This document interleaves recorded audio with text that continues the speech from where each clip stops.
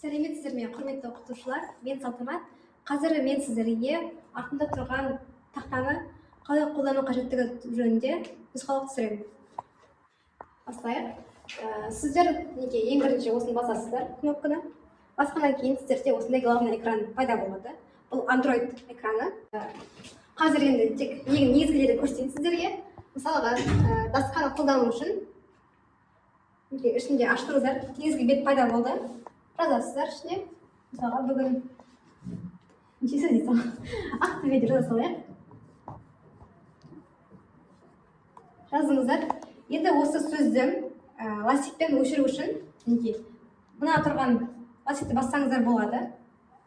Немесе жазып болғаннан кейін қолыңызды алып, просто осылай өшірсеңіздер болады.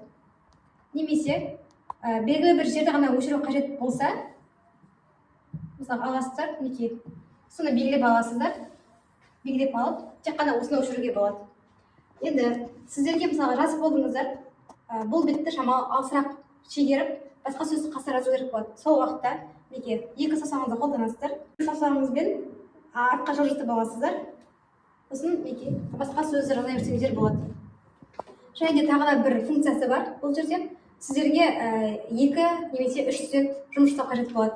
Сол уақытта мына қолдың сурет басасыздар, сол кезде 2 саусақшты. Сол басқан кезде 2 адам бірден жұмыс жасауға болады. Енді тағы да бір көрсететін зат, сіздер мысалға осы бетте болдыңыздар, бірақ бұл бетті өшіру қажет болмайды, тек сақтап қою керек болады. Сол уақытта мына жерде плюсті басасыздар, екінші бетті ашуға болады. Плюсті басып, екінші бет ашылды. Осы жерге жазып, одан кейін қайттан бірінші бетке қайтуға болады. Бірінші бет, мынау екінші бет. Енді сіздерге осы беттің барлығын өшіру қажет болса, ол кезде мынаны картинканы басасыздар. Мына картинканы басып кезде өшіп қалады барлығы. Енді мына жерде біздерде список дегенді бассаңыздар, мысалға жаңа беттеріңіз шығады. Мынау бірінші бетіңіз, мынау спискте екінші бетіңіз. Тағы да қосып, үшінші бетті қосуға болады. Солай қоса беруге болады. Бұл жерде тағы да форма бар. Форманы қолдансаңыздар болады. Ішінде әртүрлі формаларды салуға болады. Солай форма салуға болады. Және де фонды өзгертуге болады.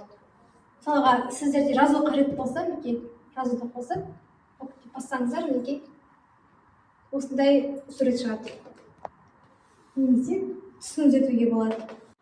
Тақтамыздың тағы да бір функциясымен таныстырып өтейін. Инструмент қолдануға болады. Мысалға, сызғыш, сабақтың үстіне сызғыш қолдануға болады. Және де әртүрлі заттар бар. Циркуль, мысалы, треугольник, транспортер қолдануға болады. Және де калькулятор бар мына жерде. Калькулятор сабақтың үстінде қолдансаңыздар болады. Сабақтың үстінде тіпті таймер қойып қоюға болады. Мысалға, таймерде басасыздар. Белгілі бір уақытты бересіздер, сол уақыттың ішінде жұмысты орындап болу қажет деген сияқты. Қолданып болдық тақтаны. Енді осыдан шығып, басқа да функциялар бар, соны көрсетейін. Настройканы басасыздар, осы жерден домойды басасыздар, үйді. Сол кезде бірінші бетке шықты.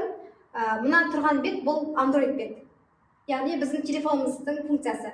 Ал енді осыны кәдімгі өзіміздің ноутбугымыздың, компьютеріміздің функциясы арқылы қолдануға болады. Ол үшін мына настройканы басасыздар. Басқан кезде мынаны басасыздар, мына тұрған точканы. Сосын OPS деген бар. Соны тауып аласыздар, соны басасыздар. OPS-ті басасыздар.